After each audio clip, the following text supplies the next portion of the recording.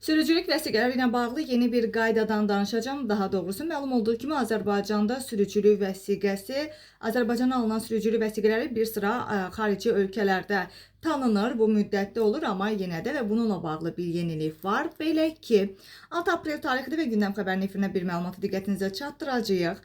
Azərbaycan və Belarus arasında sürücülük vəsiqələri qarşılıqlı şəkildə tanınacaq. Bununla bağlı məsələ Milli Məclisin Hüquq Siyasəti və Dövlət Quruculuğu, həmçinin İnsan Hüquqları Komitələrinin birgə keçirilən iclasında müzakirəyə çıxarılıb və Azərbaycan Respublikası hökuməti ilə Belarus Respublikası hökuməti arasında sürücülük vəsiqələrinin qarşılıqlı tanınması və dəyişdirilməsi haqqında sazişin təsdiq edilməsi barədə qanun layihəsində bu öz əksini tapıb.